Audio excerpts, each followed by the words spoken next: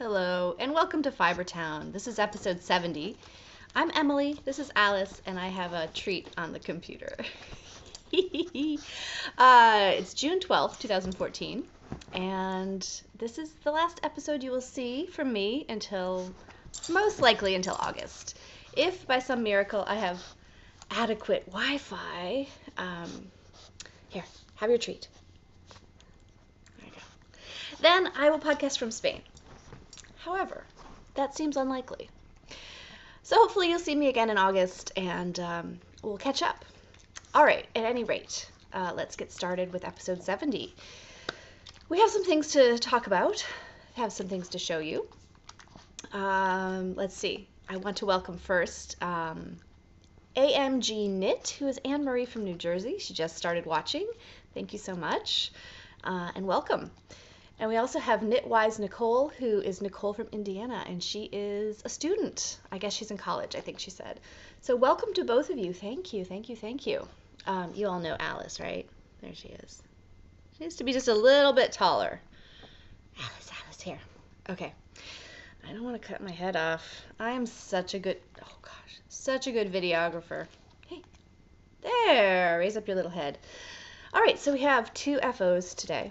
We have works in progress, we have spinning, we have one acquisition, we have what I'm calling Stash to Spain, and I'm going to show you all of the stuff that I think I'm going to take with me, which is way more than, it's 6 weeks. How much do you knit in 6 weeks?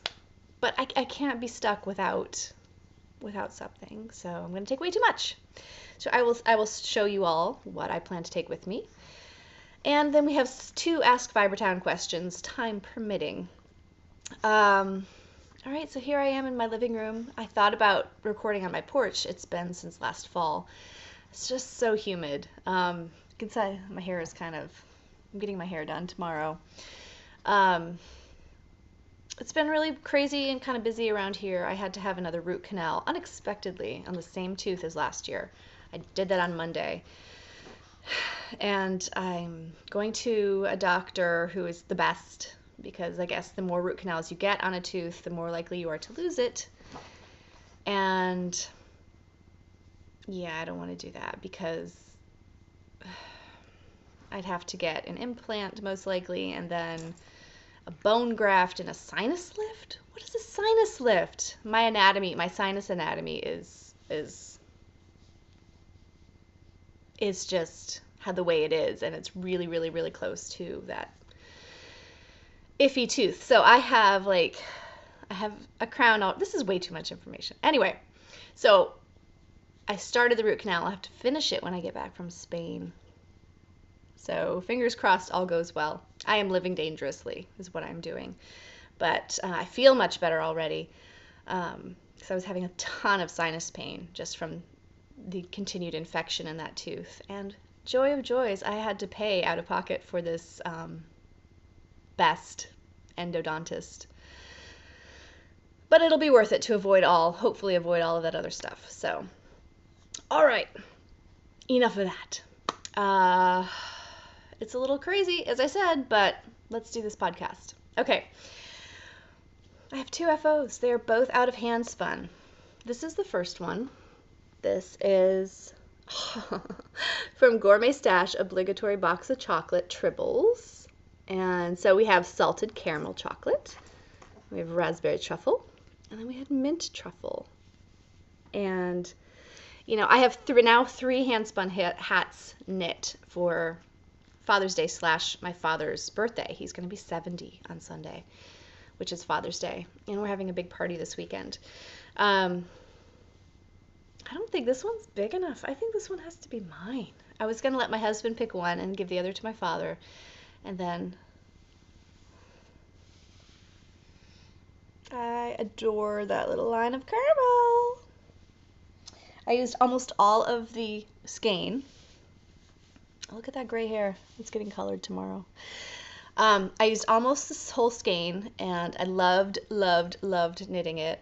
I cast on 80, I think, and away I went.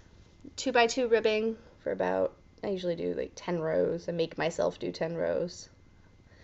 I always get so impatient when I do ribbing on a hat or a sock or ribbing it anywhere.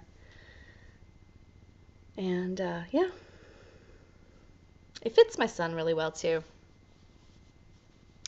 All right, so that's FO number 1. FO number 2 is a honey cowl. Gosh, it's gray today. It is a honey cowl. It is not as wide as the honey cowl is meant to be. I think it's meant to be 11 inches across. This is out of fiber optic thunder to lightning gradient. Look at all of those color shifts. Is this the right side? Yeah, it's the right side. Okay. Addicting knit, very zen knit, and just knitting it out of my hand spun was a delight. I think probably I should have gone up a needle size or 2. So it comes down to past my belly button. You guys want to see? Right about there. And I can wrap it around. Style myself a little bit here. And I think this is going to get a lot of use. I tend to buy a neutral winter coat so I can wear all my crazy hand knit colors. And this is just super fun and lovely. So I will be making more honey cowls. It's a great pattern for hand spun. So that's it for FOs. Let's have a little view of the owl. What a precious baby. Alice? Okay. Yay. Lovely hairdo. Lovely hairdo. Okay. I'm the best videographer podcaster out there, right? Right. Okay, so works in progress. All right. Remember these guys? Lollipop socks, movers and shakers. Yeah, I knit a few rows. I don't know if these are coming to Spain with me or not, but I am wary of completing socks. I have 2 pairs of socks. Okay, I have these lollipop ones and I have my collie wobbles. And in both pairs, the first sock is done. And I'm wary of completing the second sock too far after the first because they tend to gauge changes. Even if you use the same yarn and the same needles, and the socks might fit differently. So, but chances are it's not going to happen. I have a lot to do over the next few days, just packing, getting ready. I'm going to be living out of a suitcase for 6 weeks. So I've delayed the packing as much as I possibly can, just because inevitably you'll pack something, then you'll need it before you go, and you have to unearth it. Ugh. So, but that has to start today or tomorrow. So I won't get a lot of knitting time, but I thought I'd show you all these because it's been a while. And yeah, I'm knitting them on Carbon's 1.5s, US 1.5, and that's 2.5 millimeters. All right, my second work in progress. I have been Instagramming about it, and it's kind of... Okay, technical difficulties. I'm back, and I'm going to talk about my second work in progress. That is the Heliotropic pullover by Mercedes Tarasovich Clark. This is being knit out of Taki Sierra, which is a silk linen rayon blend. I can't talk and knit at the same time, people. Let's see. I've had issues with this pattern, as I told you last time, and I did what I consider a very bold move. Where did I put it? Okay. As I said on Instagram, I think I've leveled up in my knitting because I cut it. I cut some of the collar off. It's about, I don't know, an inch, more like 3/4 of an inch. And I cut it off the collar, which was sitting very strangely. Now, the collar is still not as I would like it to be, but I just needed to see if I could do it. And I could. I cut it off. I unraveled a few rows, and I was afraid these slip stitches would be a problem, but they're not. So I didn't want to push it, so I unraveled a few rows, and then I did a bind off, just a very plain bind off. I think when I'm all done knitting the rest of this, I'm going to cut it another inch because it's still sitting up really high. It lays flat now all around. It was popping up in the back, and it just wasn't right. So it's going to get snipped again, and then I think if I have enough yarn at the very end, I will do an I-cord bind off and make sort of a more substantial collary look. So there, yeah, we have this much of it done. Now this means that I'm going to have less of this spirally effect. That's okay.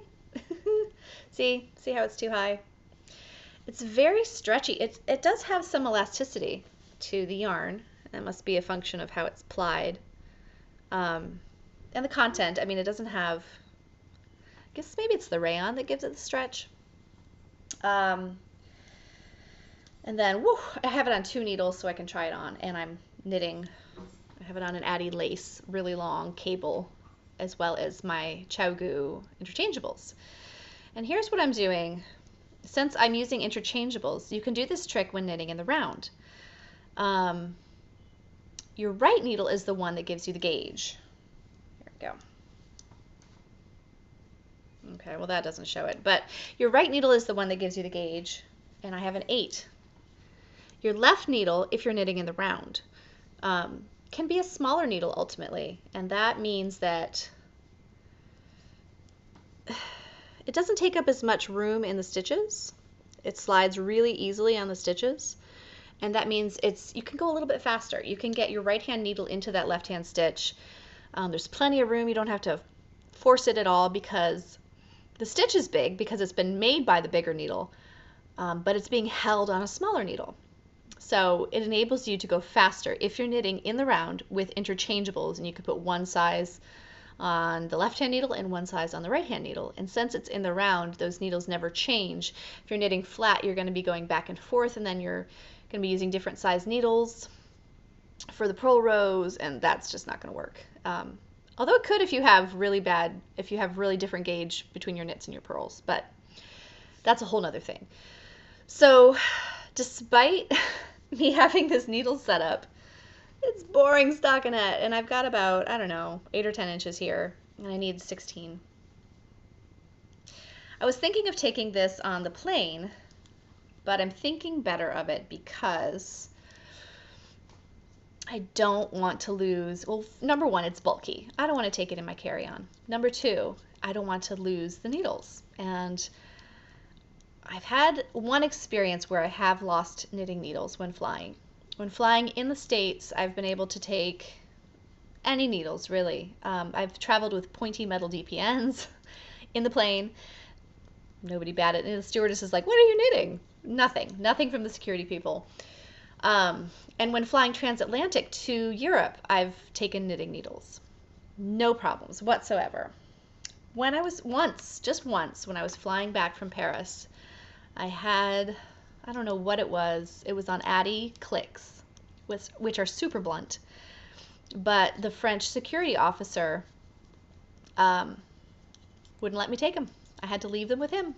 So what I did is I took the tips off. I was very unhappy because I had no knitting on the flight, and I've learned my lesson. So I'll be taking something on wooden needles no matter what, because some knitting is better than no knitting, even if it is on wooden needles. So yeah, I had to buy new tips. They were, I think, my 7s. I had to replace the tips. Yeah. I guess, you know, if you're a foreign security officer, you don't want to be responsible for potentially sending, this is just my read on it, you know, may not be the case, but for potentially sending a weapon on a transatlantic flight to the US. Boo. Boo that we have to worry about this, but whatever. Okay, let's see. That's my heliotropic. It won't get done in the next few days. We have a very busy few days ahead.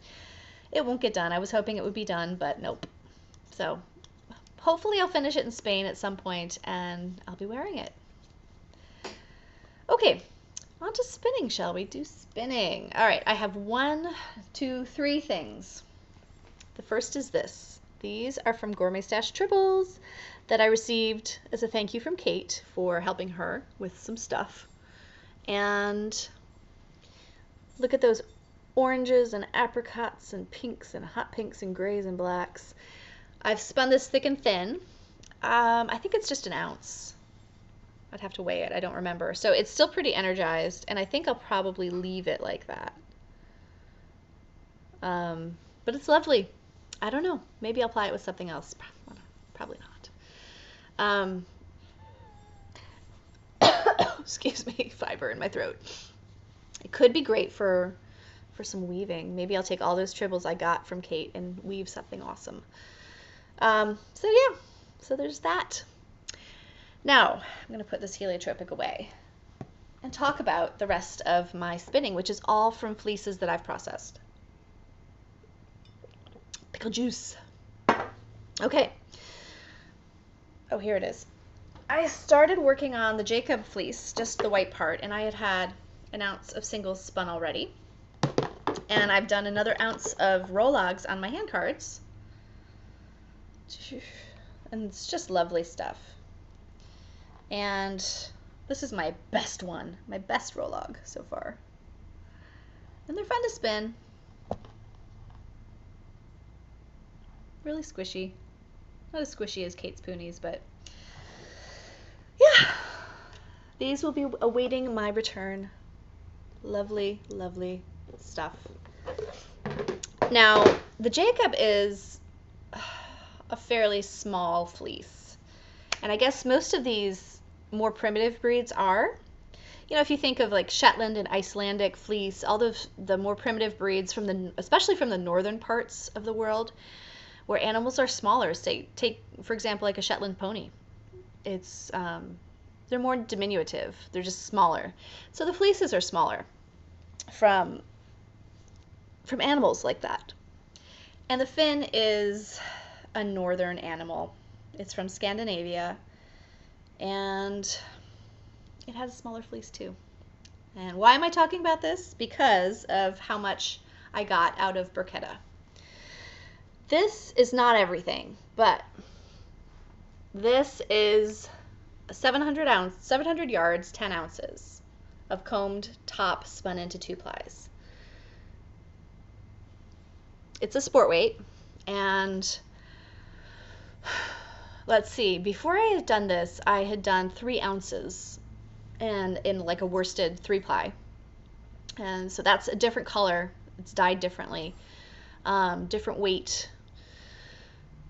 So I have those 3 ounces, these 10 ounces, and about 5 or 6 ounces of comb waste, which I should have brought, but it's over there, which I am carding on my drum carder and spinning. So out of a 2.5 pound fleece from Burketta, I have come out with about 18 to 20 ounces of usable wool. So when you process a fleece, you lose about half of it in general. To second cuts, veg matter, lanolin, gross bits you don't want. So 700 yards. I wanted to make a viajanche. If you have made a viajanche out of sport weight, how much yardage did you use? I've scoured Ravelry to find this out. And people, it's hard to figure out. First of all, there aren't a lot of heavier weight viajanches out there. That's the pattern by Martina Baim that's spelled like viajante. So what I'm thinking, I wanted to take this with me to Spain. I don't think it's going to happen. The other spinning, the comb waste, is going much slower because I have to pick neps out of it. We are back. All right, let's do Stash to Spain, Alice. Okay. This is way much. Oh, what's wrong with me? This is way more than I'll ever knit in 6 weeks, or spin, for that matter. But these are the things so far that I believe are coming with. This is Soft Kitty. I think this is going to be Mystic Spiral Socks by Josh Ricks. What else?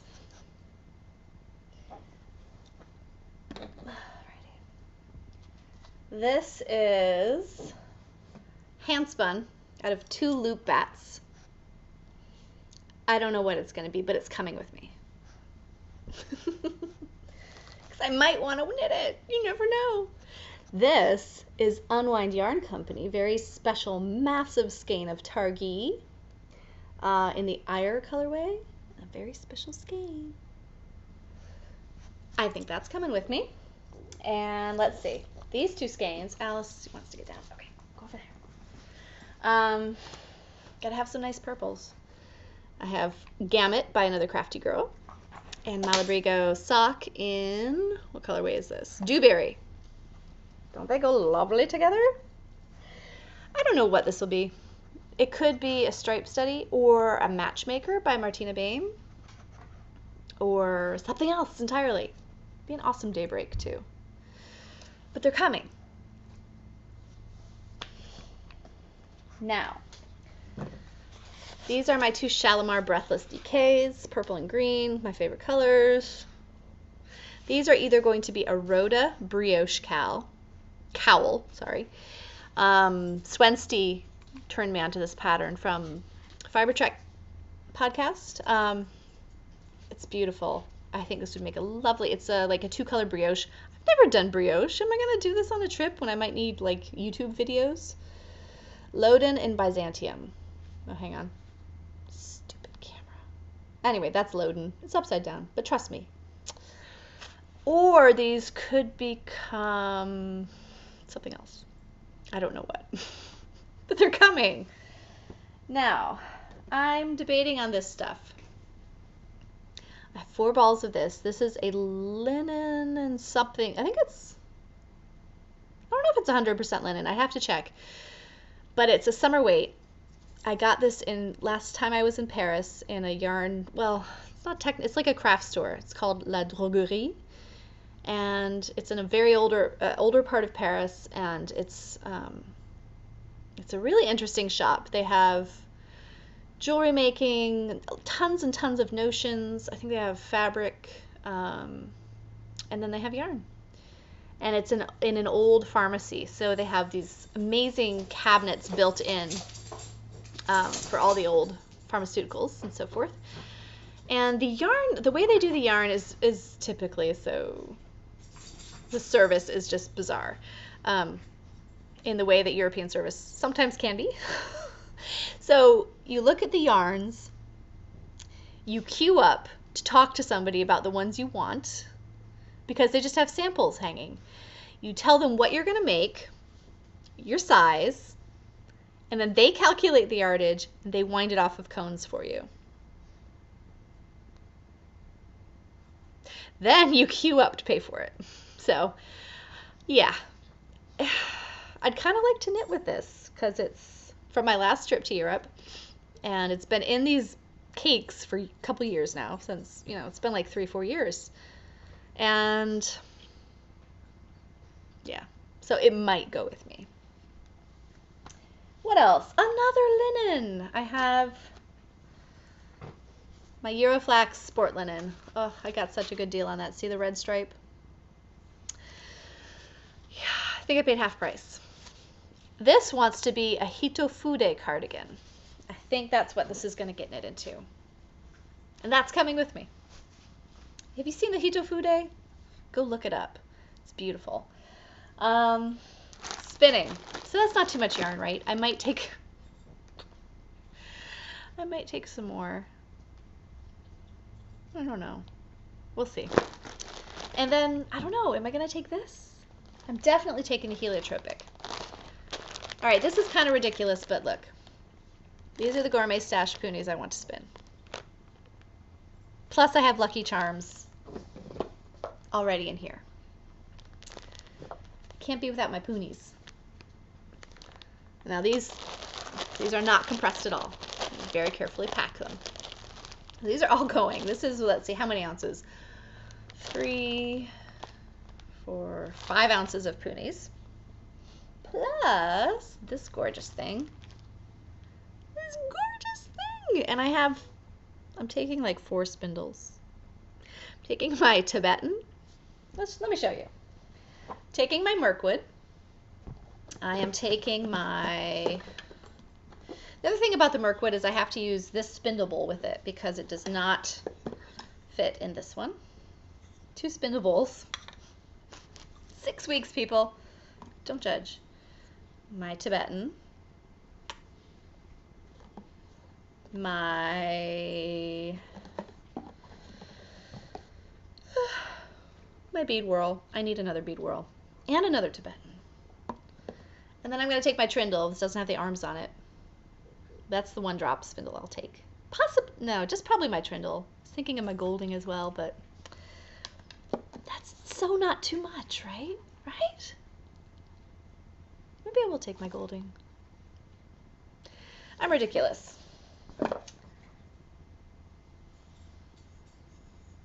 That's it. That's all. It's gonna be interesting. I think my stash that's coming with me is gonna have its own bag. No, it's not. Not really. All right, let me do some Ask Fiber Towns. And then I'm gonna say nos vemos. Adios. Oh. Here is the Hitofude cardigan, in case you were curious. I had it. Of course, now oh great, my Wi-Fi's slow. Okay. See it? Oh great. I hit something. Okay, Ask Fibertown. All right, let's see, I'm gonna ask answer number 10, which is from Scotty Girl 1. Is there a fiber or spinning/knitting technique that scares you? Then she says, my second project was a cabled sweater. I just didn't know that it was supposed to be hard. But when I finished my first pair of socks, I felt like a real knitter. Okay.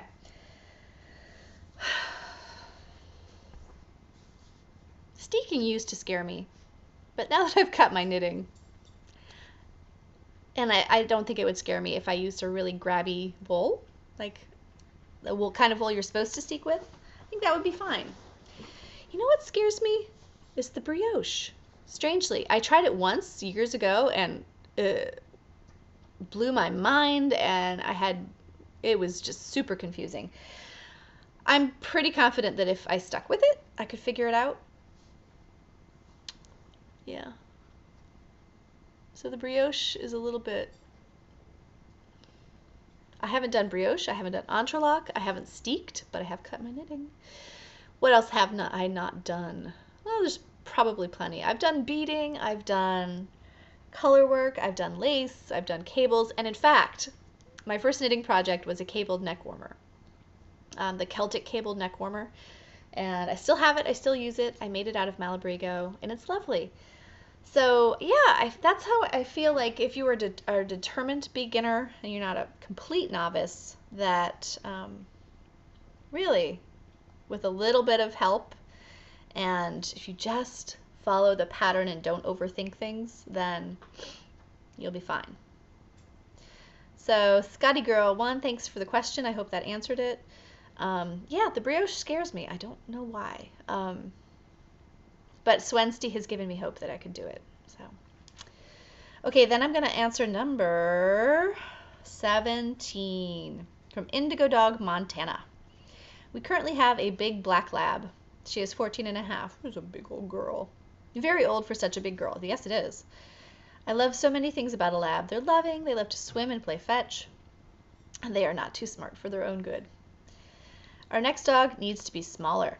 I love the look of Boston Terriers, and I love their size. I'm wondering, though, can you train one to go for hikes and be okay off leash? Naturally, the owner would be watching them. Are they good family dogs? We have a cat. Are they yippy, or can they be trained not to bark at every little noise? I want a dog that can hike with us, family hikes not over 5 miles, be good camping and around town, and that is not super hyper nervous. Alice seems like a great dog. I love her sweetness. Yada, yada, yada. Okay, let me tell you about, I've had 2 Bostons now. And I'm going to be truthful. They can be very hyper. Any young dog can be like that, though. However, they are extremely smart. I wouldn't say they're too smart for their own good. But they are extremely motivated to please people. That's just a quality of the breed. Extremely motivated to be, to do what you want. Alice she's very attached to me, and in fact, she's the only dog that I've trusted to be off leash. And we have taken her for small hikes in the woods. I wouldn't say more than 2 miles. So I don't know about 5, but she goes off leash, and she listens to me. I'm the only person that can take her off leash. But I say stay, and she just freezes in her tracks. She gets too far ahead of me. I'll just say that, and I count on her. I totally trust her. I've never had that in a dog before. My first Boston was adopted when he was 5, so I just didn't have that trust in him, that I do from Alice, with Alice, that, I've been with her since she was a puppy. Um, every dog is individual, right? So, but I will say she was the best one in her obedience class. She's an excellent stayer. She will work for food very, very gladly. So, food motivated, people motivated, they're extremely easy to train. In fact, I would go on YouTube and look and search for Bostons. There are a couple out there where there's a Boston who does a million tricks. Very, very, very well educated dog. So, swimming. Have you seen her do this? If she's held above water, all her legs will do this. She's not a great swimmer. It's not a lab, but she loves the water. She goes in the creeks around here when we do hike, and they do overheat if it's very, very hot. They have that smushed in face, so their breathing is not as easy as other dogs with longer snouts. But as long as you have some water, and she's fine, and you don't take her out in the hottest heat of the day. What else? As far as being a good family dog, they're up there with the best. Our other dog, Max, was raised with a cat, no problems. We don't have cats, we're very allergic, but whenever he would encounter a cat in DC, he would want to play with it, and he got scratched on the nose quite a bit because cats didn't like him. He was a very good boy too, and Alice doesn't bark very much at all. Max didn't either. So I really don't think barking is an issue. Alice is a very small Boston, 14 pounds. Max was about 20, 22. And I've met a 30-pound Boston. So they have like 3 size ranges, small, medium, large. It just depends on the breeder.